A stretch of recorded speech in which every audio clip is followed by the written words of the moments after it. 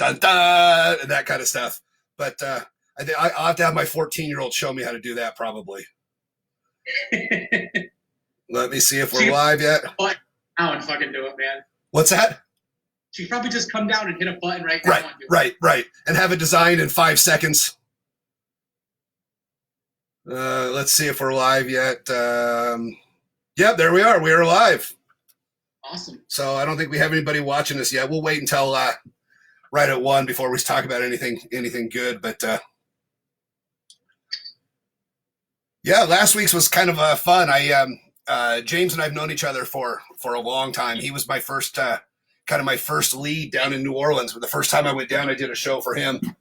And then some people in the audience, Marita, actually, who I'll have on next week, was in the audience and said, "Oh my God, that was such a fun show. Anytime you want to come back, I've got this venue." Well, then I've probably done 30 shows since then down in New Orleans. So all right. Do we have anybody? All right. Yep. It says we got Vic. Our buddy Vic's watching. I don't know if anybody else is in there yet. So we'll wait till right at 1 o'clock until we really start talking. But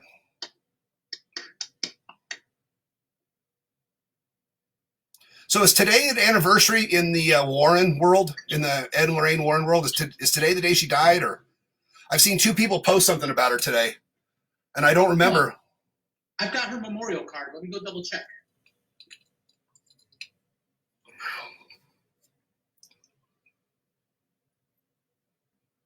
Yesterday was. Okay. Yep. All right. That's why. So. Yep. April 18th. Was it last year or 2 years? It was 2 years ago, right? Last year. Was it last year? Okay. And Ed's been gone for 10 years, 12 years? Yeah, I think I want to say 2009. Okay. All right.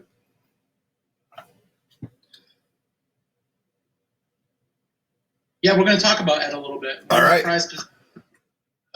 So there's I wanted to ask you, before we get started, I'll ask you now, there's a barn door painting on eBay right now of his.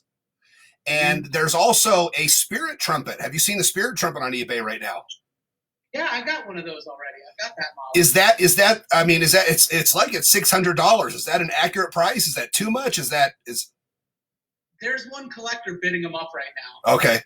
Who's really hot on them, and I think it's absurd. Okay. I mean, unless it comes from somebody fancy, you know, like your Dunninger one or your.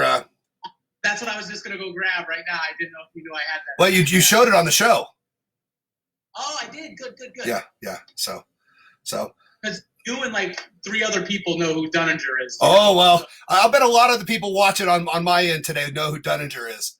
Oh, yeah, I hope so. The people from the Magicians. So. All right. Well, we'll go ahead and get started. Looks like we got a couple other people here. We got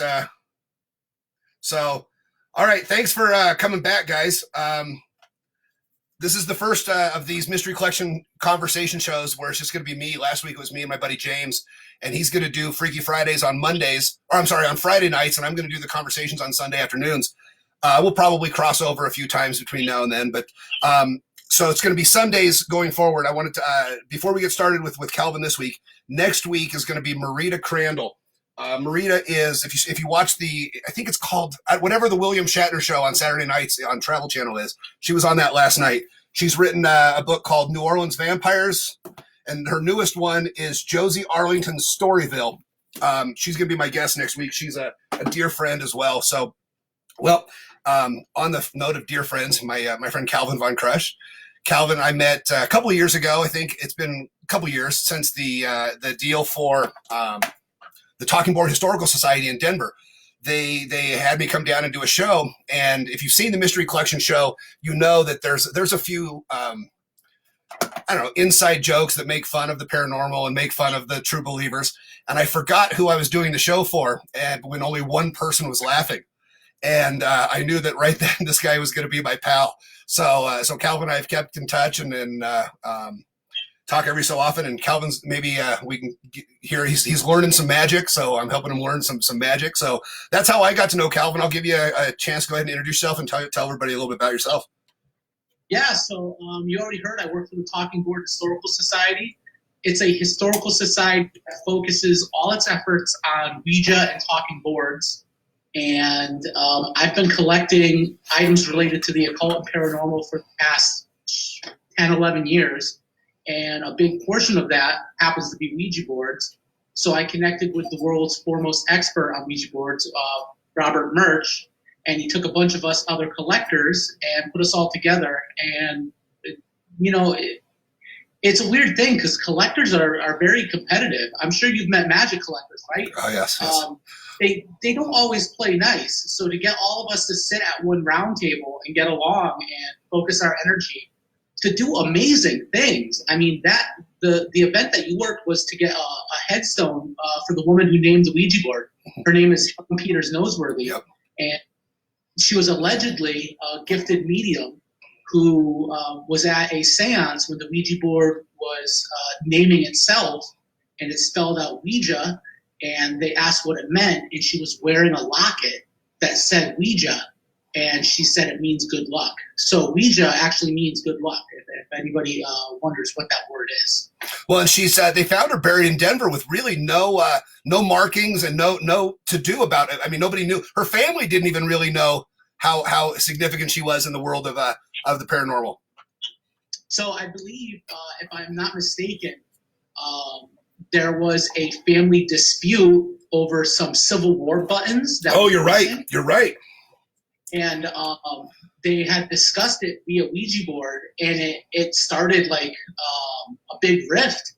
And after that, she said nothing good could come of the Ouija board and walked away from it and became a Jehovah's Witness. So that's one of the reasons why she kind of fell to the wayside.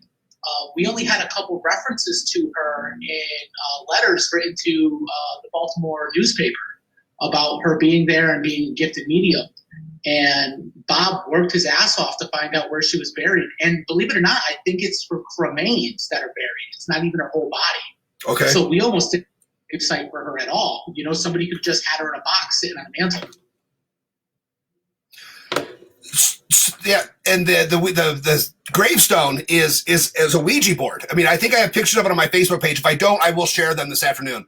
And I apologize. I'm going back and forth again to some questions. So we've got some people checking in, just saying hi. So I'll get to questions. If you have a question, go ahead and send it on, and we'll get to it. I've got some here, but go ahead and bust it on there.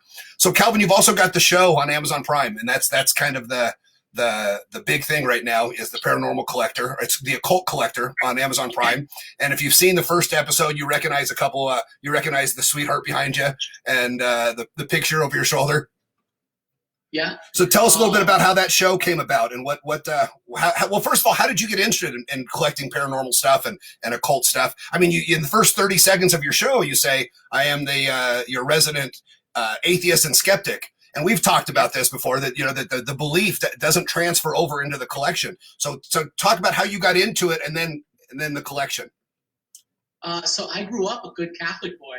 Me too. Confirmed, and youth group, everything. I didn't make confirmation. I think I started walking away from the church right before that.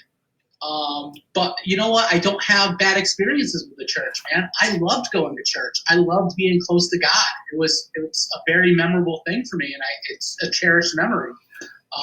But the more I grew up, the more I learned about science, the more I learned about reason and critical thinking, the more I just saw so many gaps in logic in the Bible, and I was able to walk away from it, distance myself from religion, all religions.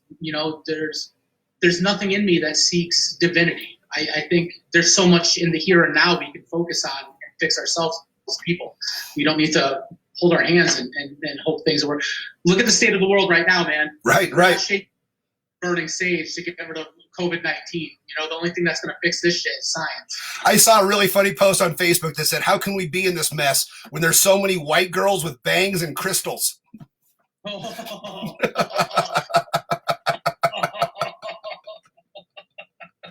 So I mean, if everybody's praying for us, how to get this bad, right? So what was your first idea to collect? I mean, did you come across a Ouija board, or was it a ghost comic, or?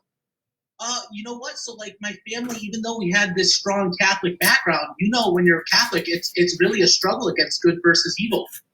Ghosts and demons are fucking real, man. So my family had all these ghost stories, and I think I always wanted to experience the paranormal for myself.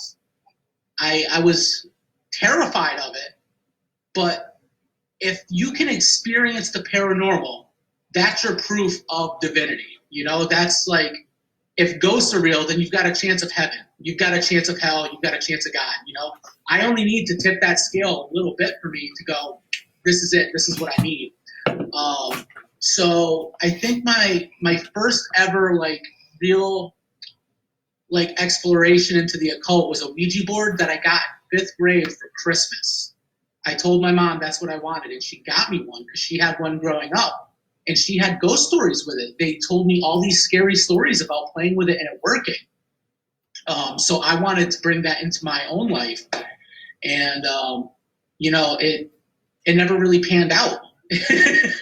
But I still have that interest. You know, that's one of the reasons why I do collect, is because I want to leave that door open to experience. Well, that was going to be my next question, is that, so the door isn't closed for you. You're not, so you are a skeptic, but you're not a closed door skeptic. You just, and this is kind of how I fall under the James Randi camp, that I'm not closing the door. I just need to see it. I've got a very dear friend, John Bentley, and he lives in Ireland, and he's really, really heavy into meditation and yoga, and he has seen, he's told me the story. We've hung out several times. He has seen somebody levitate. He has seen somebody get into the, well, then that's the look I gave him. But I love this man. He's one of my best friends. I don't have any reason to doubt his experience. I'm not buying it. It's not my experience. So, you know, that's the funny thing about paranormal experience, is that every time you tell a story, it gets reshaped by your brain. Right. You know, and this is anything too. I mean, there's so many instances of police leading witnesses, and I think when people tell stories about the paranormal, depending on the person's reaction, you know, how they felt about the situation, things like that, it just changes. So for your friend, it could have been just the slightest, you know, guy pushing himself up. You know, there's a magic trick where you can look like you're levitating. I do. Chris Angel fucking perfected that shit. There's a couple different ways to do it. Yeah. You know? Yeah. The false leg where you can just stand on a ledge and make yourself. That one's great. If you've got the leg strength to do that one, you can make yourself look like you're levitating feet off the ground. Yep. So who's to say that there's not a yogi conning people? Right. You know? Because you look like you walk this positive path in life doesn't mean you're not conning people. Right. Look at Peter Popoff. Right. And he's back doing it. Popoff's back doing it and still selling out arenas. Every weekend he's selling out arenas. Look at the environment. Look at the environment. No, you're right. You know? Well, this is maybe an intro to a much bigger conversation. Is we run in kind of the same circles. We know a lot of the same people, and a lot of the people that we know are believers. And we are in the minority in our circles of people that don't believe this stuff. So my question to you is being kind of the face of the paranormal collector and for the Ouija board and the occult collector and for the Talking Board Historical Society. How do you reconcile that? How do you? There's a woman that was at the show that I did that claimed to be a tarot reader, and when I asked her a very, very simple question, she folded. And she needed to borrow my Miss Cleo book to even know the order of the cards. So there are people in our world that I love and that you love as well that take it very serious, and that's kind of a hard reconciliation, I think, for both of us. You know, I'm friends with a couple of occult practitioners, dude, who walk the fucking walk, like their life, and to me, they get a high level of respect. I mean, that's so much devotion of their time. And when they share that part of their life with me, it's so meaningful because they know I don't believe. Mm-hmm. You know, for them to like still say, okay, Calvin, you can come to my house and check out my altar where I worship. Fuck, man, that's a real personal thing. Yeah. That's going to somebody's house for dinner, mm-hmm. you know? Mm-hmm. Paranormal breaking bread, you know, that's what we'll call it. I had a guy do an angel reading for me that I had met at a paranormal convention where he believes he's in contact with angels, and he spent an hour of his time channeling my guardian angel and telling me all about it. That means a lot to me because these people aren't taking my money; they're doing it because I'm their friend. Right. And they know how passionate I am about seeking the paranormal. I'm not playing I got you, motherfucker. I'm not. Right. You know?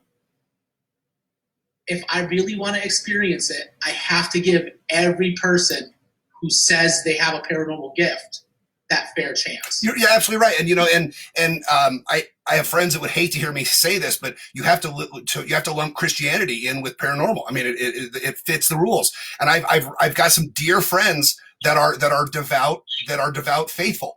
And I don't begrudge them because they know where I stand, you know, and I've got my Hail Satan, drink whiskey shirts, and I've got, you know, and they laugh and we have fun, but it does, I also have to build a little bit of a separation and give them their space because that means a lot to them. They're not encroaching on my beliefs and what I want. And they're not trying to convince me. We go out and drink beer and eat chicken wings, right? I mean, that's what we do. They're not, you know, proselytizing to me, and I'm not proselytizing them. They're just good people, and I respect that. So that's a fine line to walk, and I think you look at it differently than a lot of the skeptics, the Penn Jillette kind of skeptics are out there all the time to, you know, the Dawkins people, the Richard Dawkins people are out there to prove this is why you're phony. This is why you're phony.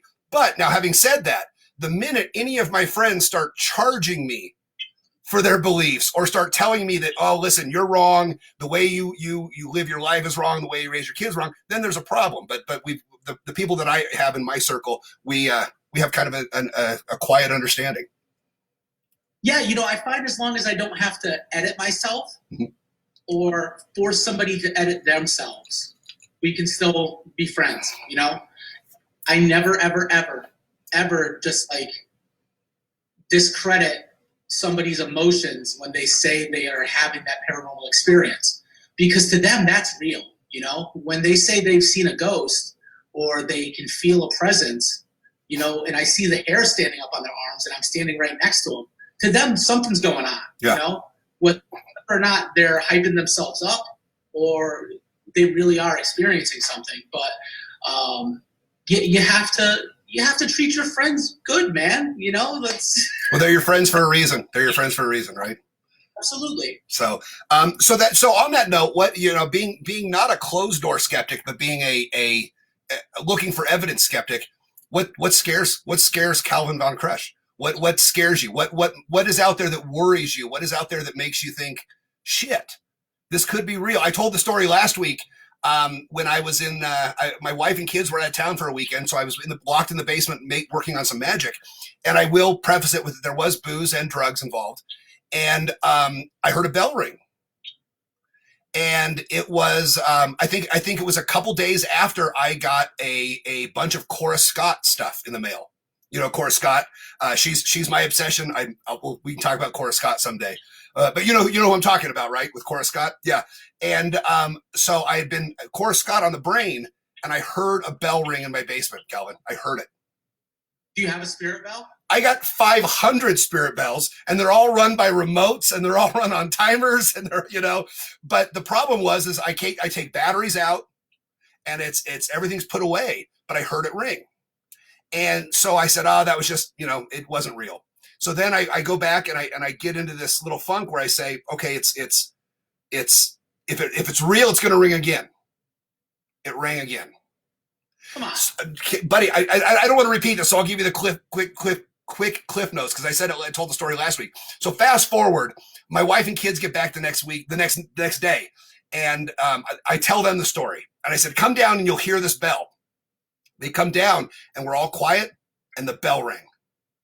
I had just got a Samsung tablet, and the low battery signal was a bell, and it was under a bunch of books. And my kid, who was probably 9 at the time, she found it. But I'll tell you what scares me about this, and this will be a good lead into your answer. What scared me the most about it wasn't that the bell rang, but what scared me the most is that I may be wrong. You know, that my beliefs have been challenged by something that I can't explain for a short amount of time. It was just a quick overnight, but I I mean, sure, there was drugs and drinking involved, but my judgment was a little bit clouded. But what bothered me the most was how stupid I felt if this was real. Yeah. So I want to be proven wrong. Me too. No, my existence is bleak. When I die, that's all I get. I've got 60, 70, years on this planet, 80 if I get a good run. When I'm done, I'm done. I would love to see proof of an after. So, if I do get a spirit bell going, I'd fucking love it. But I mean, I get weird experiences and coincidences that do happen all the time around here, Paul. I'll bet. I was doing an interview with a TV production company, and I said, nothing really ever happens around here. And when I said that, my lights go, whoa, fall on. Like, I couldn't have timed it better myself, okay?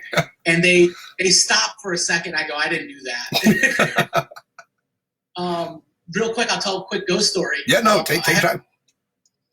One of my friends, very good friend, he's a coworker. He works right in the station next to me. His name is Gary. He practices Kimbanda. And he's a very high-level occult practitioner, knows his shit inside and out, dude. Like, if I've got a question about the occult, if I come across something weird, I ask him, and he's usually right on point. When I just came across an altar, did you see that? I came across an altar in a cemetery. No, I did. Well, yes, just a couple weeks ago, or the last week. Yeah. Yes. When that woman's gravestone, I took a picture and I sent it to him right away, and he picked up on it right away. And he gave me a couple different options of what it could be, because occult practices kind of overlap, so you can't always pinpoint it unless you talk to the person who had the original intent. But we both kind of figured out what we thought it was. And, that means a lot to me that he shares his knowledge. So I had him come over to the house, and I showed him the collection. And I asked him, I go, is there anything down here that gives you the creeps? And he said, there's something in the lower left corner that I just don't like. And I go, what do you mean? He goes, I don't know, man. There's just something over there. And I go, there's nothing over there except my hot water heater. Paul, I shit you not, when I woke up the next day and hopped in my shower, I had no hot water. Wow. Okay? It cold as ice. So I call my landlord. He comes over, he checks it out, and he said the pilot light had gone out on it. And he's owned this place for 10 years, and that has never happened. Never once. Wow. So he ended up having to relight it. But again, we're reasonable people. We know science is a thing of probability. There's 52 million chances that would line up like that. Right. Shit like that happens. I had another incident where I was upstairs and I was watching TV. I looked down at my phone. It looked up. All of my candles, I have battery operated candles, had turned on. And I was like, holy fucking shit. Bro, I get up and I check. There's a timer switch on the bottom. Yep. So, but that's, you get it. Even though we're reasonable people, because we have that openness and we want to experience it, when we see something digital like that happen, when our lights dim, a pilot light goes out, battery candles turn on, we spook ourselves because we still want that. It's very human to want something greater than what we are. Oh, absolutely, absolutely. We feel in the, and being a performer, a magic performer, I think as adults we're even more gullible than kids because we fill in the blanks. We see something, but we've got so many other things in our head. We fill in the blanks with what we expect to be there. And when there's a skip and what we expect to be there's not there, it turns us upside down and it makes us question what we just saw. So it's definitely. So what scares you? What are you afraid of? Not much, man. Honestly, there's not much. I want to do everything. I want to bungee jump. I want to swim with sharks.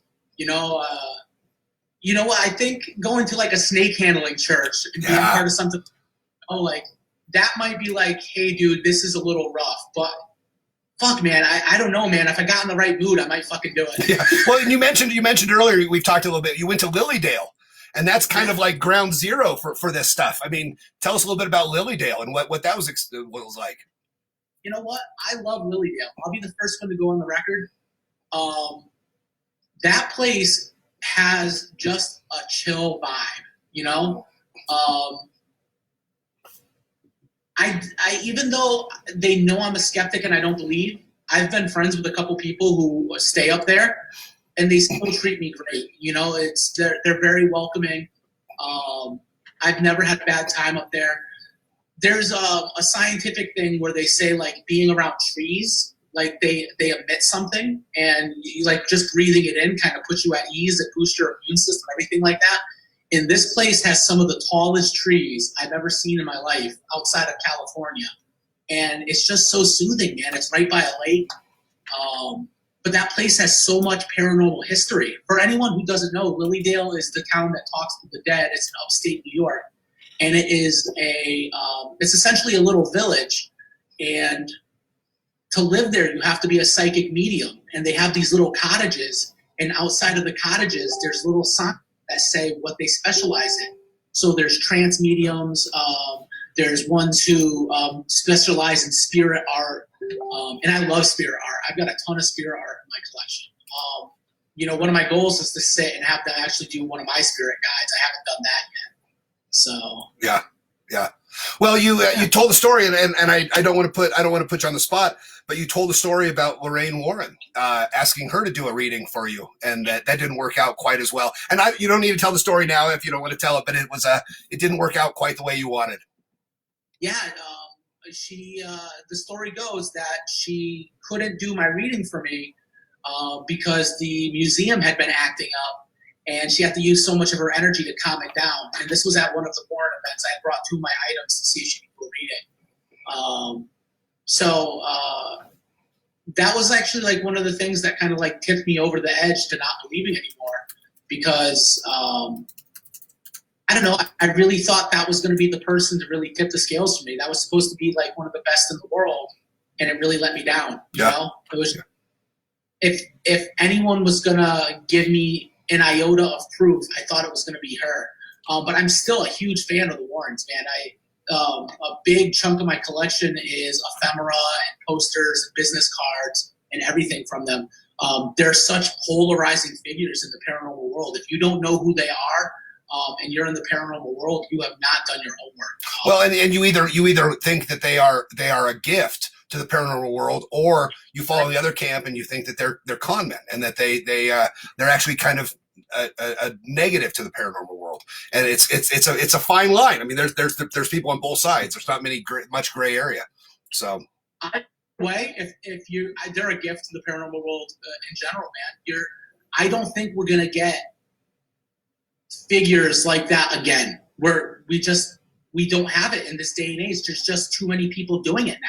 You know, they took it from something that was terrifying, and now it's just so accessible. You know, like There's 12 kids running around with EMF detectors, paying $10 to do ghost tours in New Orleans. You see it. Yep. You know that's a thing when Ed and Lorraine weren't around. You know, they were fighting the good fight. They were fighting demons. You know, and now it's almost comical the way people treat the paranormal. You know? Well, the Travel Channel, I haven't seen anything on the Travel Channel about travel. It's pretty much Zach Baggins and Jack Osborne. That's about that's all it is. And so paranormal has definitely become, like magic. Magic has become in mainstream now. For a while it was kind of looked down upon it as paranormal was. It was looked down upon, but now paranormal is a hot seller. Walk into any Spencer's Gift or Hot Topic, and they've got Ouija boards on shirts. They've got Ouija boards on pint glasses. They've got Ouija boards on everything. And the paranormal, it's a hot seller right now. We'll talk about that in a second, but I want to talk about, one of the good things about the paranormal is it's helping us preserve history. Like, oh, absolutely. It's ghost tours will bring in more money than a historical tour. People will pay more money to come in at night with flashlights and candles. Electronic candles, because you don't want to burn the place down. But the candlelight tours, man, they do great. And listen, man, I don't believe, and I pay the money to do it. You know, I look for these things for routines. I look for them to tell the, because you've seen my show. I'm a storyteller. I love the story of the paranormal, and then I hear a story, and then I get the item or I get a relic, and then I build a routine around it for my shows, for entertainment. And the paranormal, I've always been a fan of horror movies because I like the bad guy. I like DC Comics as opposed to Marvel because I think DC's bad guys are better. I like the backstory of bad guys, and that's kind of what paranormal supplies, is the backstory of what's scary. You know, there's a saying about DC versus Marvel. They say that DC, they're people who happen to be superheroes, while Marvel, they're superheroes who happen to be people. Yeah. You know? DC's always fleshed out human beings more first, and then, you know, that's why the villains, Batman villains, have such more richer backgrounds. You know, the Joker's got like 3 origin stories. Right. So it just adds to his character. Well, and the bad guys, most Batman bad guys, and we won't nerd out on Batman or comics. We could all day, I'm sure, but most DC bad guys are people. There's no superpowers. They're people, and and that's what you love about authors like Jack Ketchum and some of the guys who write about paranormal. Are the bad guys are people. They're dentists and insurance agents and stuff, and that's, I don't know, that's what I like, the backstory of bad guys. So we got off topic, but that happens a lot. So for people who don't know, magic used to be paranormal. Oh, absolutely. They were called conjurers. They were necromancers. Carl the Necromancer. That is one of my favorite all-time magic posters. Carl the Necromancer. Like, any name I could have gone by, he went by his actual name, Carl. Right. So let's talk about Ouija boards. Well, hold on real quick. My buddy James, who runs a tour company in New Orleans, says, hold up a second. Ghost tours are $25. So I'll give a plug. If you're ever in New Orleans, take the New Orleans Secrets ghost tour. It's the best. It's the absolute best. I've done their voodoo tour at least a dozen times. It's the best. So, all right, James, there you go. Calm down. Next time New Orleans, man, I'm doing it. Well, we gotta go down to New Orleans together. Next time I'm there, you gotta come down. I'm so bad, man. So when I went to New Orleans, man, I had a bad time, and you've been trying to sell it to me again for years. So yeah, I definitely got to come party with you. I should have been there. The last week in March. I had 4 shows booked, and so as soon as we get over this, it's my first place I'm going. I got to get back. I'm going to talk about New Orleans in every one of the shows because I love it. Somebody complained last one, is this all about New Orleans? To me, it's as close to spiritual as I get. It's kind of a recharge. The history, the people, the culture, the food. It's just, it's a cool place. You either love it or you hate it. You love it or you hate it. And I love it. So all right. So back to what we were talking about, your collection and how you started this whole paranormal venture. Oh, I wanted to touch on Ouija boards being on products. Yeah. Over the ages, we've noticed the more difficult times that we're having culturally, as far as like difficulties, where we're looking at war, we're looking at, just things that affect us spiritually. People turn to the occult more because we're looking for answers anywhere. And right now, we're in a situation where I think people are just kind of bummed out in general. Like, even before, COVID-19, politically, we have a lot of distress around the rest of the world, even before politics came into play. There's just so much shit going on, the climate's change, everything like that. When people have so much stress and they want answers, they turn to metaphysical things. So that's why Ouija boards right now are so hot, because Ouija boards really do work. I know what people, when I say that and they know I don't believe, it really blows their mind. It's not something that works powered by ghosts. It's something that's powered by the human mind. It really is. If you've never seen somebody play with a Ouija board and seen it actually move, you don't understand it. But the more you believe and the more you use a Ouija board, that thing flies all over the place. I've seen people do it. I know they're not moving it with their own hands trying to fool somebody. It's something they believe in. It's something their brain is doing. There's a disconnect. And when kids at slumber parties play with it, they elicit that reaction. It's called the ideomotor effect. Yep. And when it works, that's why Ouija boards have been popular since 1892. They're not going anywhere. And when it's the gateway to the occult, it's something you can go and spend $15 on at Walmart, and then you get your answers. You really do. You reach the other side because it works. Things like tarot cards, it gives you an answer. Horoscopes actually have been proven to raise test scores. If you have a test coming up and you look at your horoscope in the day of your test and it says a positive thing, people have higher test scores on like SATs and shit like that. It improves your morale. It gives you something. It gives you the answers that you're looking for. Well, absolutely. It's the whole, real quick. I just want to, we got a message from, do you know Sebastian Black? I think he's a mutual friend of ours. He has a great picture of him on Christmas Eve at CBGB's back in the day. Joey Ramone's in the picture, Devo's in the picture. Anyway, he has invited us to go to Lilydale in August. He lives in Buffalo, New York, and he's invited us to go with him in August. So we'll, Sebastian, we're going to hit you up on that for sure. Sure. Absolutely. So the idea of the idiosyncratic movement is with the pendulum. Magicians capitalize on this a lot. So if you're asking yourself, should I leave my abusive boyfriend? Yes goes this way and no goes this way. You're answering your question for yourself. Yes. You are willing it, and what it is doing, it is giving you validation and is giving you the reason to go forward with the decision because the spirits have told you. Metaphysical has told you. Paranormal has told you what you feel inside. And that's kind of, I guess, what is the comforting, warm part about belief and faith in general, is that you get out of it what you put into it. And to watch somebody make decisions based on a Ouija board or a pendulum or even a horoscope that you can buy that you read in the newspaper. It's, everybody's got their something, I mean, I can't sleep. I have my little Rain Man ticks. I can't sleep unless my pillows are right. And so. Dude, I still have a closet door. Yeah. If my closet, I'm not going to sleep. There you go. All right. So I didn't mean to interrupt you, but you were talking about the why Ouija boards are still something. It, man, and right now they're just so accepted by popular culture. It's been turned into clothing. It's turned into shot glasses. It's almost comical how accepted it is now.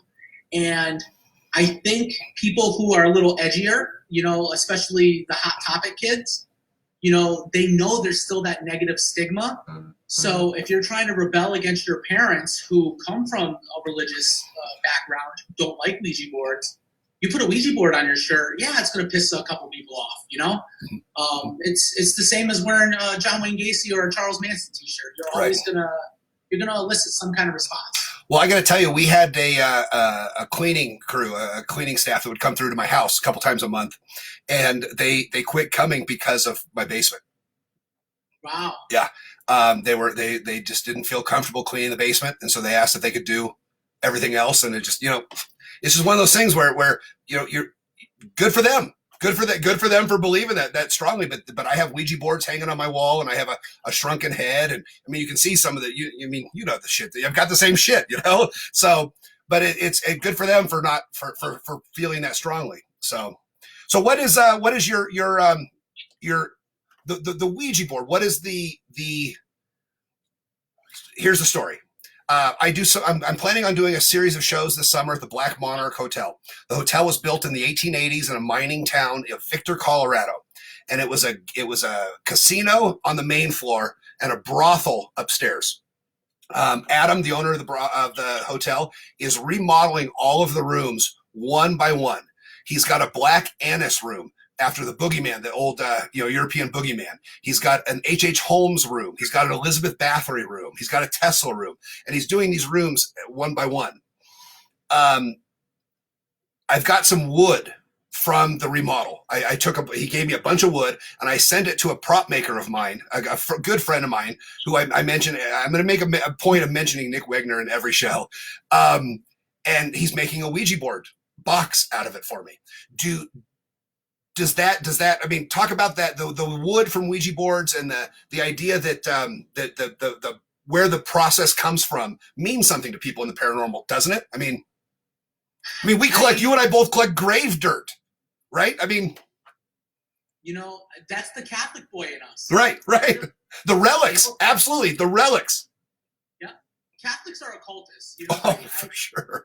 I strongly about that, and coming from a Catholic background and still cherishing that time of my life, man, I've said Catholics are occultists sometimes when I'm doing lectures. Dude, you should hear the groan. That goes over like a fart in church when I say that. Let me tell you. Trust me, I get a groan at every one of my shows, one time or another. Yeah, so it definitely was like, but man, that's food?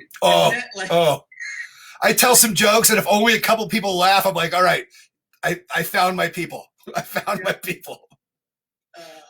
So any good story fuels the paranormal more. So when you have something like that has energy, that's the theory with the paranormal. There's one theory called stone tape, where it's like I'm not familiar with it. Yeah.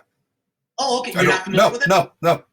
Okay, so like Gettysburg, okay? Gettysburg is a big example of the stone tape theory, where it's not intelligent hauntings, it's energy trapped, like a tape, and it gets played over and over again. So if you have a piece of history, it could have attached some of that energy. So it might not be an intelligent haunting. It could just be some residual energy that's playing over and over again. And Calvin, that's the idea of the mystery collection. I think you and I've had this conversation is and I base the whole idea of the mystery collection off the movie The Red Violin. Have you ever seen the movie The Red Violin? Samuel Jackson. It's about a violin that was made, I think, in like the 1600s, early 1600s, and it traces it through when it's being sold at Sotheby's in like 1995. And the whole idea of the mystery collection is that energy and those stories are trapped inside an object. And when I was a kid, I told the story last week. When I was a kid, I had an uncle that would give me a silver dollar every time I'd see him, a coin, the old silver dollars. And I remember one of them being 1888. And I went to the encyclopedia and I looked up 1888 to see what 1888 was significant about it. Well, I mean, in our world, 1888 is a big deal. It's Jack the Ripper, right? I mean, it's Jack the Ripper world. And so I thought, imagine all of the people that have held this coin since then. And if that coin could tell a little story from every person that held that coin was given away as a gift. That coin was probably stolen a couple times. That coin was probably bet and won and lost a couple times. It was probably used in crimes. It was probably all these things.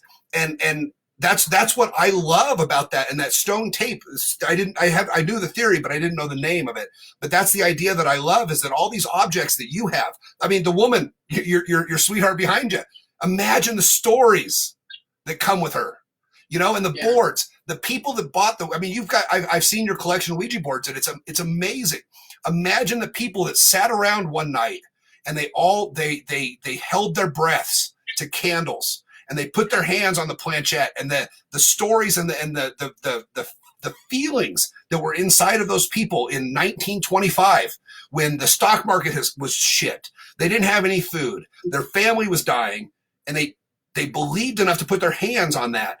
And that's the power, and that's what the whole mystery collection's about, is the power of those stories that transfers through onto me, to some jackass in Greeley, Colorado, telling the story. Yeah, think about that too, man. Like, if I don't get these stories written down, like things that I know verbatim in my head, if something were to happen to me, some of these items just become items again. Right. I really need to take the time and write down the stories of some of these pieces. And I intend to. Well, I think you and I made a promise to each other 2 years ago that we were going to kick each other in the ass about our books. Like books. How's your book coming, Calvin? I really did, because of COVID-19. Yeah. So I've been my photos for my photo book. All right. So my book. All right. Good. So yeah. So do you remember your first item? Do you remember the first piece of paranormal when you're like, all right, now I'm a collector? No, because I used to collect human anatomy, like vintage human anatomy, be it models or specimens, true crime, and circus and sideshow, and paranormal all at the same time. And when you spread yourself that thin, you spend a lot of money and your place just fills up quick. So I cut 3 fields off. I stopped collecting true crime. I stopped collecting circus and sideshow. And what else did I cut out? Oh, and stopped collecting the human anatomy. Mm-hmm. So after I did that, my collection grew exponentially just based on the occult and paranormal. But I don't remember my first piece. I'm sure it was a Ouija board of some sort. Well, and I got to thank you for deciding to not collect magic. And I did for a little bit because of the overlap. You see the hand right there. That piece came from you. That's and it's one of my treasured pieces. I got a question a little bit ago, and I hope he's still with us. I didn't mean to. It's from Jason, and Jason asked about my magic collection. What my favorite piece in my magic collection was. So I'll defer to you first. What is your favorite piece or pieces in your collection? I brought them over right here so we can show them on camera. Let's do it. I hope you're with us. I'm sorry it took me so long. Can we see that a little bit, Paul? Oh yeah, that's great. Yeah. Can you tell what it is? Well, it's a haunted house. I can't see the bottom. It says Halloween. Is there a signature at the bottom? There is. Oh, there you go. And that's a little spookier than anything else I've seen by him. Most of his stuff is really kind of Bridges of Madison County kind of lame stuff. Yeah, he's got a number of Halloween paintings. I've been to their house. I saw their museum.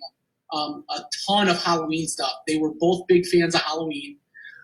But this is officially the last painting that Ed Warren ever made. Wow. In his I got this from a very dear family friend that lived with them for 30 some odd years, and she parted with it.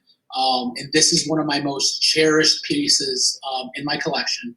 I love it very dearly. If there was a fire, I might grab this. Yep. You know, I might go down to the basement to grab it.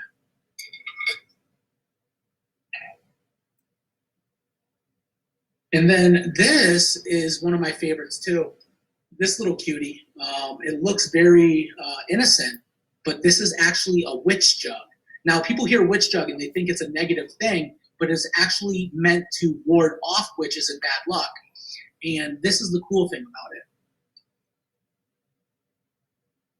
Oh, that is awesome.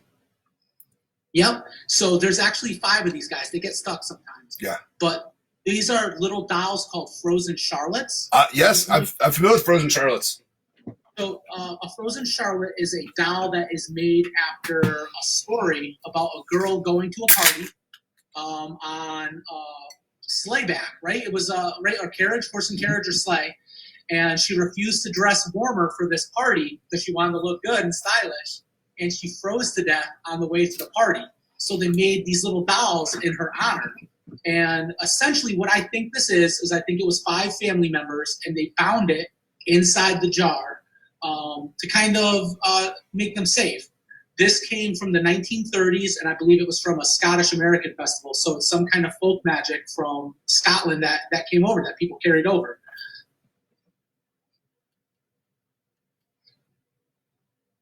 And this might be my all-time favorite. I don't know if it's the Ed and Lorraine Warren painting or this one, but I got the lights bright enough. Can you make out what's on that, Paul? Can you see? I can see that there's writing etched in it, but I can't read it. I can't make it out.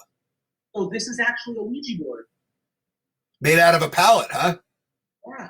Is that what they're called? Is that the painter's palette? Is that what it's called? Yeah. Yep.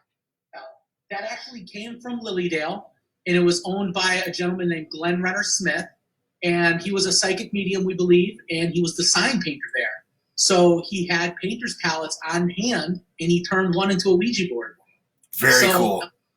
I actually have a sign that came from the 1930s as well that I think he painted, and I have a photograph of him, and I have a vial of grave dirt. I found out where he's buried. He's buried not too far from Lilydale, and I went and got a little vial of his dirt. So I have that in my collection as well. So there's a couple of people watching, I'm sure, that are part of this deal, but Calvin and I are part of a little secret group around the world of mementos collectors, and we all trade these things and send them over. I recently said, well, it was the first one sent was some grave dirt of a man named W.D. French, which we'll get to. We're going to do a whole W.D. French episode in the future. And my story about those, I went to Hobby Lobby to get those little vials to send off. And this nice little old lady came and said, well, can I help you find anything? And I said, yes, I need those little glass vials with the cork tops. She goes, oh, follow me. And I'm following her. She goes, well, what are you going to put in these vials? Grave dirt. She goes, oh, they're over there. Grave dirt is a weird thing. I've read, I know you've got some grave dirt from some amazing places. I read about that you have to leave something. There's a belief that you have to leave something. So the first time I took grave dirt from W.D. French's, I didn't know that. And as soon as I learned that, I went back and I bought a little thing of whiskey and I poured it out. I figured Wild West. I don't know, Yeah, I'm sure he would appreciate that. Yeah. So, isn't that funny, dude, that we don't believe in this stuff, but we still follow through? And you pointed out that it's our Catholic upbringing. And, the story of the relics, Catholics Catholics are really, really into relics. I mean, isn't there a relic in every altar isn't there that the story? Supposed to be, yeah. Pieces of the saints. Yeah. You can even get a piece of cloth that touched another relic. Right. So that's a third-class relic, I think. So a first-class relic would actually be the Shroud of Turin, piece of the True Cross, things like that. Like you're not even the Spear of Destiny. The Spear of Destiny. The Spear of Destiny, yeah. The Holy Grail. Holy Grail is a first-class relic. Yep. So something that touched that would be like a third-class relic. Things like that. That's why me and you like these things, because it's connecting us to something bigger. Yeah. Like, I'll never be able to shake Ed Warren's hand. I'll never. I missed that boat. He died before I really got deep into the paranormal. But holding that painting and his hand had touched it. It's that close, man, inches away. Like through time, if you believe in time travel, we're both touching it at the same time. Well, and baseball cards. Were you ever a baseball card collector?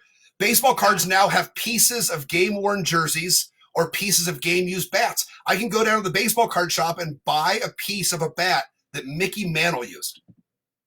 Mickey Mantle, right? I mean, yeah.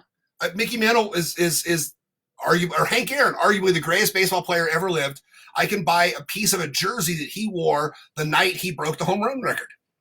And so those guys call us weirdos. So, So what is your we're kind of skipping all over the place. Let me see if I have any other fun questions here. If you have a question, chime in. I'm not seeing them all, so you might want to private message me as well, because I'm only seeing about 10 at a time, and it looks like I've got 29 comments, and I'm still learning this shit. I got to have my 14-year-old daughter show me how to do this. So what is I'm sorry, was those the two you want to show us, or did you have some more? Yeah, I just brought the three over because those are right. So what is the most wanted item? What is the holy grail of the Calvin Von Crush collection? What is a couple of things? If you could go out and have anything, get one piece that you wanted, what would you want? A Hand of Glory. Yeah. Yeah, you know what that is. Right? I absolutely know what that is. For anyone who doesn't know, it's an occult talisman that is the proper way to make one. Is you take the hand of a hanged murderer at midnight, you coat it in manure and dip it in wax and turn it into a candle, and when you light it, it casts a spell of sleep over a household and allows you to rob them blind, and the only way to extinguish the flame is by dipping it in milk. So I've looked online to see if this is a real thing or if it's just in manuscripts. It could be urban legend, but there's a museum that allegedly has one. It's a mummified hand. to me, it looks like a bog mummy hand. It doesn't look like it's anything specific, and it's not a candle. So could it? I mean, in Victorian times, people kept pieces of mummy around just to show off in their cabinets of curiosity. You know, they used to do mummy unwrapping parties. So I have no belief that this is nothing more than that. But it's in a museum, and I think it is labeled as a hand of glory, and that's good enough for me. So I would love something like that. And then, do you want to show yours off real quick? Well, I just this is obviously not a. I mean, here's a hand of glory. It's a prop. It's a prop made to tell the story that you just told. And I love the idea of a hand of glory as well. The whole idea of using something from an executed prisoner to ward off evil is a big deal. It's something I've written a lot about and I've talked a lot about. In the Wild West, it started in Spain, but it carried over to the Wild West. The idea of the hangman's, we talked about this, I think, a couple weeks ago, the hangman's noose. Yeah. That when the hangman would retire, when the executioner would retire, the sheriff would give him the rope and he would cut segments of it off and go to the families of all of the victims of the people that were executed, and he would sell it, and that would be his retirement. I mean, that's some heavy shit. There's a saying when you were playing cards, if you were on a good streak, it would say you've got a rope in your pocket. And that was a piece of a hangman's rope in your pocket that you carried as a good luck charm. That brought you good luck, yeah. Yeah. Fucking wild. So, and a very good friend of mine who I'm going to give a shout out to, he's one of the best collectors I've ever met, who's taught me so much. His name is Nathan Roberts. He actually specializes in collecting capital punishment. He's got a number of pieces of executioner's rope, and I've gotten to hold those. And let me tell you, man, like, holy shit, you're holding a murder weapon. I don't care what it says. Capital punishment's fucking murder. You know, you're taking a human life. And that's very, very humbling to know that that's inches of somebody's mortality gone, you know? Well, you know, we've talked off the show several times, and I've talked on this about W.D. French. W.D. French is a big deal to me, and he was a local legend here in Colorado who was hung in 1888. Another weird thing in 1888, and the museums, the Greeley Museums, has the rope. As you walk in, it's in a case. They have the rope that W.D. French was hung with. So I decided I needed a piece of that rope. So I volunteered to be on the board of directors for the museums. And I was on there for a couple of years, and I donated some money, and I never asked. I'd hint a little bit. I found out real quickly I'm not getting a piece of that rope. But they have the rope that was used to hang what I believe was an innocent man on display at the Greeley, Colorado museums. That is crazy to me. That is crazy. I recently watched that Ted Bundy documentary, that 4-part series on Netflix, and the hoopla and the circus and the event of the day he was hung up and down that highway coming in. It's a sporting event. And to back up what you were saying, to hold a piece of a rope, that's heavy. That's heavy. Yeah. For two guys that don't believe in shit, to hold that piece of a rope, that's like holding Mickey Mantle's bat. I put on a execution hood for, I believe it's capital punishment for lethal injection. Okay. They put the hood over their head so you can't really see them go. Yeah, I don't think it was gas chamber. I think it was, maybe it was gas chamber. But I definitely wore one of those hoods. So think about that, man. That was on somebody that fucking died. Yeah. You know, that was.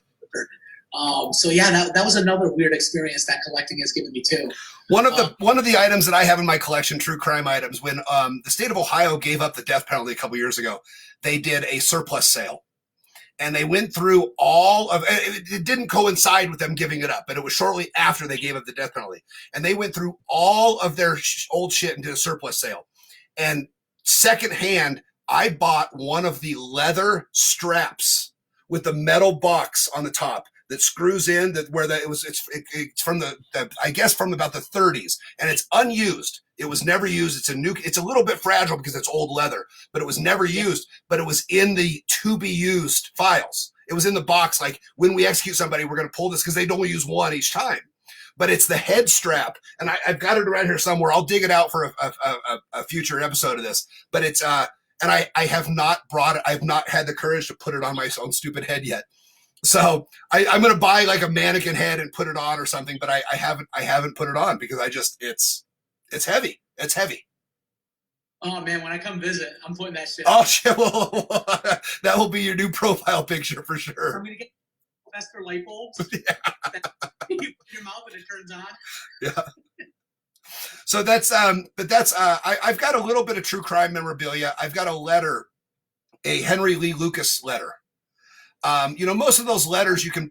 I'm sorry. Is that the guy who killed John Lennon? No, that's Mark Chapman. Henry Lee Lucas was he and Otis Toole, or Otis Toole as he called it. They were Portrait of a Serial Killer, the Portrait of Henry, the Portrait of a Serial Killer, Michael Rooker. In the letter, most of those letters you can buy online of serial killers, they're pretty boring. They're pretty, there's not a lot of substance. But I found one where he mentions in the letter to a girlfriend, he mentions that Otis Toole showed him Adam Walsh's body. And anybody that's seen the Mystery Collection show, I make a pretty disgusting Adam Walsh joke in my show. And I talk about, I went missing. I disappeared from a grocery store when I was a kid. True story. My mom couldn't find me in a grocery store. And this would have been 1979. And I said, the joke is, this is 1979, 1980. This is pre-Adam Walsh, so it was not yet cool to be kidnapped. And but I saw that he mentions Adam Walsh in there. And Adam Walsh is John Walsh's son, who now hosts like America's Most Wanted or those shows. But I bought it because it mentioned it had some significance, some historical significance in the letter.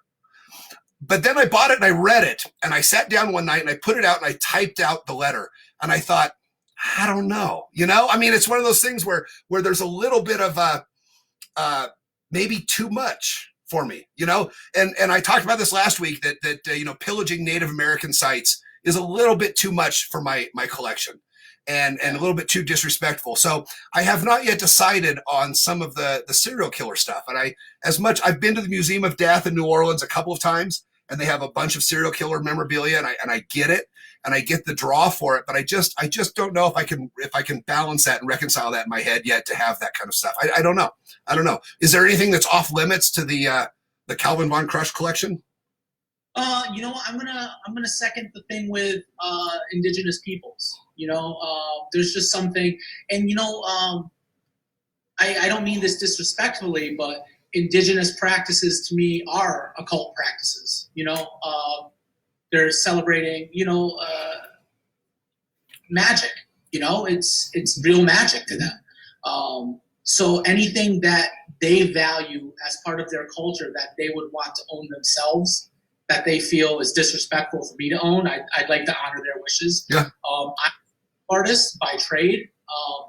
I don't like doing indigenous tattoos on people because I think it's disrespectful. So I definitely back you on that. I don't do endangered species for taxidermy or anything like that. I stick to freak animals for my taxidermy anyways. Unless it's got extra legs or extra heads, I'm not into it.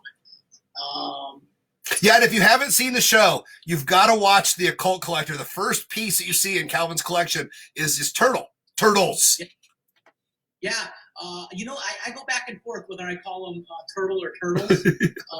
But it's a two-headed turtle. It's a map turtle. They're about 10, 11 years old at this point. I named them Leonard and Sheldon after characters from The Big Bang Theory. And they're kind of almost heart-shaped. And there's 2 heads and 6 legs. They share a butthole. But one side's bigger than the other, and he pulls the other one around. I love them to pieces. They're my baby boys. At least I think they're boys. You can't really tell. I don't want to assume their gender, but they're pretty good. So off limits. What else is off limits to what is too much? I used to, while you think about that, I do a lot of Colorado history in my shows because that's where I mostly do shows. And I've learned a lot of New Orleans history. So I'm taking that out in the shows and I'm starting to do some bigger nationwide stuff. But there was so I used to say to people, what are some things you want me to research? What are some things you want me to look? What are some historical things you want me to research? Well, in the mid 60s, there was a very tragic bus accident here in Greeley, Colorado, where a bunch of kids died. It was a school bus. A bunch of young kids died on their way to elementary school. And somebody sent me an email and said, I'd love to see you do some sort of seance or some sort of those kind of things for these. Well, my dad was 12 years old in 1962. And so, so he knew people, and people knew there's still people. And I decided that's not, what I do is entertainment. What I do is entertainment, and to I don't know, to capitalize on somebody who lost. It's not fun for me. Yeah. That's one of the magicians versus mediums things. Right. And so that's in your bones and your blood. It's good that you're still fighting the good fight going for that. Well, it's just, I mean, there's been times where I have had an opportunity to create amazing theater with believers in my audience. Yeah. There has been times that I could call dead grandma with a Ouija board that's rigged up, or with a spirit bell that I control with something in my pocket. There are times that I can call your dead grandma and give you forgiveness for stealing that $1 out of her purse once. Yeah. And that would create amazing. It's an amazing thing. It really is. But it's just still creepy, and it's still, I mean, it's, I don't know. I had an offer to do I'm sorry. You're doing the right thing by not capitalizing on it. Well, yeah, there's enough scumbags out there doing it. So, anything that I can't show on camera, I don't buy, because I like having cameras over. I had my own TV show, so I don't do babies in jars anymore. I don't do human specimens, unless it's got some kind of occult reference to it. I do have a real shrunken head, because that to me was an occult practice. They believe the negative spirit would follow you around unless you shrunk the head. Mm-hmm. So to me, that is very, very paranormal. I was in La Paz, Bolivia several years ago with Giorgio from Ancient Aliens and my friend John Bentley, who I mentioned earlier, from Ireland. And we went to the witches market in La Paz, Bolivia, the authentic old school witches market. And I won't take up the time to tell you now, but we went on the hunt for shrunken heads.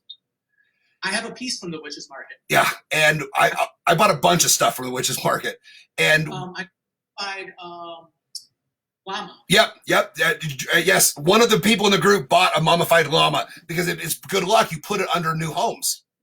Yeah, it's supposed to ensure fertility as well. Yes. So I don't legitimate children I have running around because of fucking llamas. Blame it on the llama. Have the llama write the checks. But we got pretty close to an authentic shrunken head, and the woman got spooked when one of our little group of 4 or 5 of us pulled out our cell phone, and she thought we were taking pictures, so she got spooked and she walked away. And so that's as close as I've come to an authentic shrunken head. I'm not done. It's going to happen. But shrunken heads. So that's another question I wanted to get to. You somebody else just asked. My buddy Soydan, who is one of my favorite people in the entire world.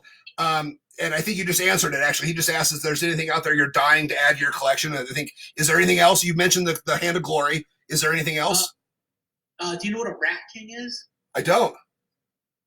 It's a natural phenomenon that happens when there's a high population of rodents, usually rats, and something happens where their tails get matted together.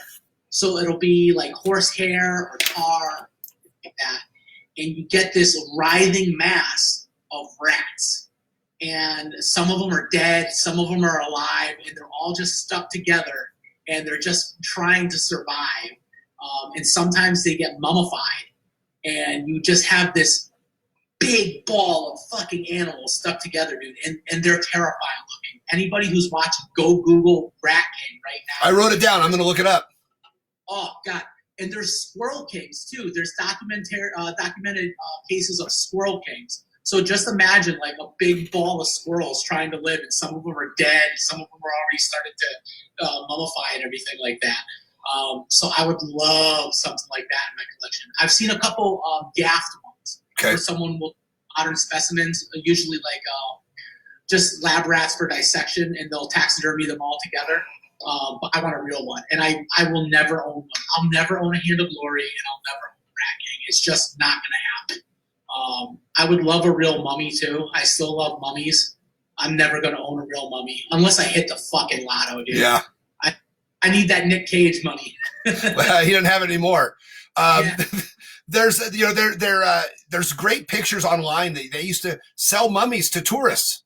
They just would rob them and sell mummies. And that's one of the things. I've got a short list of things that are my holy grail items in my collection. And I would like Egypt has always been kind of a thing for me. And I would like something Egyptian. I'd like something, I don't know if you're familiar with Molly Brown, the unsinkable Molly Brown. She was, she lived in Denver, and she was on the Titanic. She's one of the survivors. Okay. And she had the little statue with her in her pocket when she survived. And they, right? Yep. And they sell the replicas at the Molly Brown house down in Denver.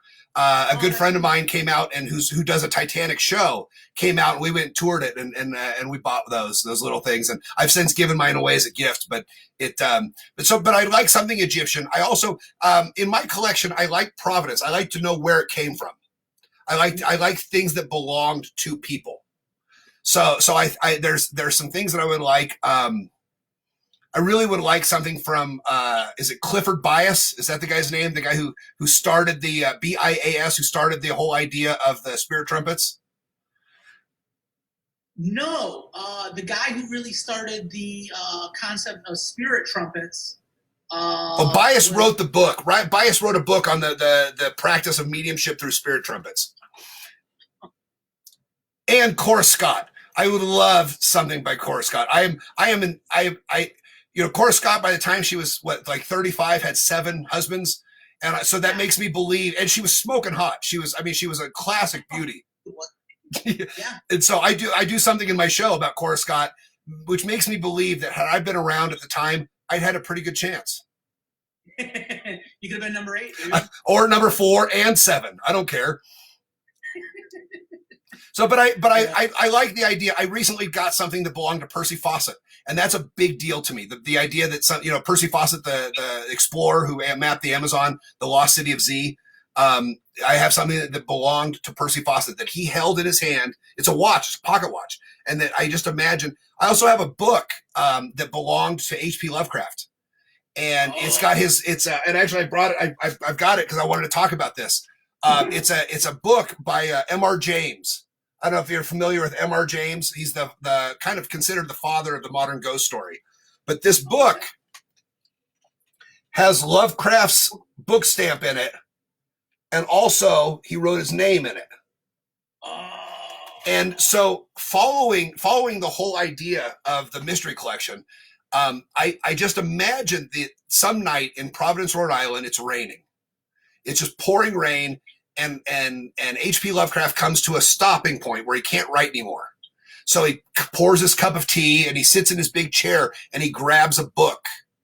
And that once H.P. Lovecraft thumbed through this book, this exact book, for inspiration, for motivation to create. And, Lovecraft created, some of the greatest stories ever, and that people are still writing about. Stephen King still writes Lovecraft stories. So those are the kind of things that I collect, is that I want is something that belonged to something, or something that has a significance that was somewhere, I also, and I don't know. I know Bob Murch has Ouija boards that belong to certain people. You have Ouija boards that belong to certain people. That's pretty awesome. That's the Mickey Mantle bat. Yeah, they mean the most to me. So I have boards that belong to Bob, that Bob's gifted to me, and those mean more to me than anything. Right. Those are ones that are, and I don't sell shit anyways, man. I'm a fucking pack rat. Yeah. Like, this stuff with me, Yep. My poor kids are going to inherit all this shit. They're not going to know what to do with it. I hope I've entrusted a couple buddies. If something were to happen to me, I've got a couple buddies that are in charge of selling this stuff so that they will sell it for what I paid for it. So my wife doesn't have to sell it for what I told her I paid for it. I like that line. I like that. So it's yours. You take it. But it's so there's let's see if there's any other questions. Anybody else have anything posted in here? So what's coming? We're about a little over halfway point. What's coming in the Calvin Von Crush world? I know that you just recently released another. You are an artist, and you just recently released a pumpkin, a print of a pumpkin. I've got the first one you released here, and then the second one of this series is at Bob Murch's house that belongs to me. I just haven't picked it up yet. So wait, you got the Sheet Ghost, right? Yeah, that's the one that's at Murch's house. I think I might have number 3 floating around. I might have a spare one of those. All right. Well, I just got to get down and see Murch. So I just when all this is over and he's feeling better, I'm going to get down there and get it. Yeah, you definitely need it. Thank you for grabbing one of the pumpkins. Thank you again. Absolutely. Yeah, so those are linoleum block printing, which is still very new to me. I've only done 4 so far. I like it. I think they look like grave etchings because every time you make one, you don't know what it's going to look like. You know, you rub the ink on and then you pull the paper off, and sometimes it doesn't make a good transfer, so they all look a little spooky. I do want to put out a book, definitely. I would love to publish a book this year. There's 2 books I want to write. I'm going to be working at Michigan Paracon this year. It's the biggest Paracon in the world. It's a blast. It's at a casino. If anyone wants to experience a Paracon, that is the one to experience. I'm going to be working with the TBHS there. Okay. Can't stop talking about the TBHS enough. They open so many doors for me, and we work very, very hard. Well, no, and that's one of the other things I've written down. Tell us more about the group and how you got involved. I think you mentioned how you got involved, but some of the other guys on that board are world renowned for other things as well. You've got Shrek, the House of Shrek, and Rick was one of my buddies who teamed up with Biddy Space when Biddy Space first came out. And him and his family, they're the real life Addams family. Him and his wife both drive hearses. He's responsible for Ouijazilla. It's the world's largest Ouija board. Ripley's Believe It or Not came out. He made one of the comic strips, which, let me tell you, man, if you're a collector, that's royalty. You make it to Ripley's Believe It or Not. Oh, absolutely. There used to be a Ripley's Museum in Estes Park. And that was what I wanted to do as a kid for my birthday. Every year was go to Ripley's. That's a big deal. Yeah, Ripley's is a big deal. I'm very proud of him for that. I got to help build Ouijazilla, and man, let me tell you, it's one of the hardest things I've ever done. We built it in the rain. It was 96 sheets of plywood. Definitely a very humbling experience. You learn what you're made out of when you just got to keep working through the rain. But at the end of the day, as much as I bitched and moaned doing it, I'm very, very thankful that he let me be a part of it. It did mean a lot to me, especially when I became a meme. Yeah, I saw. I was gonna bring that up. It's now a meme that this is what happens when you build the world's largest Ouija board. Yeah, I took a picture from a magic card, which is like a very Cthulhu looking monster. And this is what happens when you build the world's largest Ouija board. Like the monster came out of it. So that was pretty cool. I'm internet famous and a meme. What else? What else are we doing? I just found the grave of the woman who killed herself as a Ouija board. So in 1900, there was a woman named Sarah E. Griffin who killed herself because a Ouija board told her to. Now, Sarah was a spiritualist. And when you're a spiritualist, you believe that when you're spirit, you're still yourself. It's just a transition of matter from one thing to another. You just go to the other side of the veil. So for her, she wasn't scared of death. And the Ouija board told her it was her time to cross over. So she crawled into bed. She took a shot of strychnine. She called her husband over and told her what she had done. And she passed. And it made the newspaper. So we had a newspaper article stating that she had done it.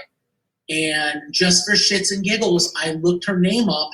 And she was buried in Bridgeport, Connecticut, in the very town she killed herself in.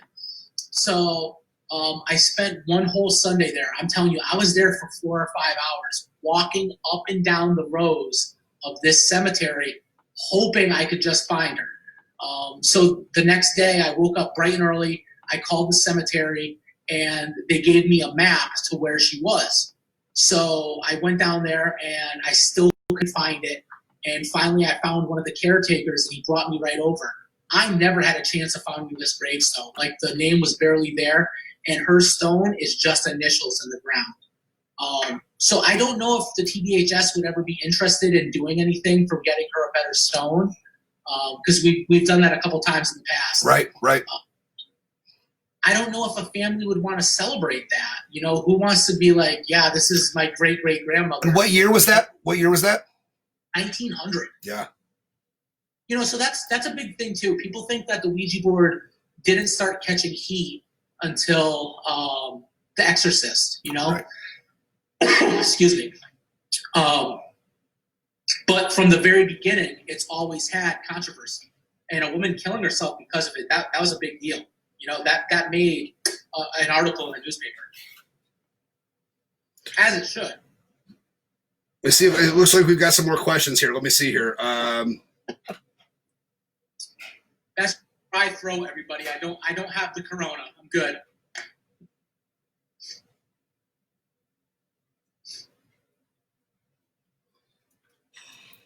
Oh, and as last week, my kid, I sent her a text to bring me some more beer. So thanks, kid. You gotta tip your server, man. She has internet and she got a new Nintendo Switch during this whole stay-at-home business. She's okay. She's okay. So what?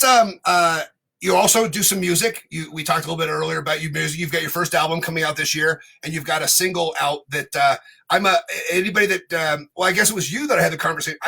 Everything I like somehow can be traced back to the Misfits, and you said this is a very Misfits-esque project. Yeah, dude, I love the Misfits. They're my all-time favorite band. They started a genre of music called horror punk, and it's a real big part of my life. Most of my favorite bands are from that genre. All right, so what's your favorite Misfits song? I got to ask, what's your favorite? Old school Misfits. Probably Astro Zombies. Okay, I'm a Skulls guy. Oh, yeah. Skulls was one of the first songs I learned how to play on bass. All right. After I met Jerry only for the first time, I went and got 138 in Roman numerals tattooed across my back. And I have 138 tattooed on my face. I don't know if it's this side or the other side. Is it this side, Paul? Can you see it on this side? Is it in Roman numerals or is it in... It's in script. Yeah, I think it's this side. Okay, I can't... Your beard's covering it up a little bit, so...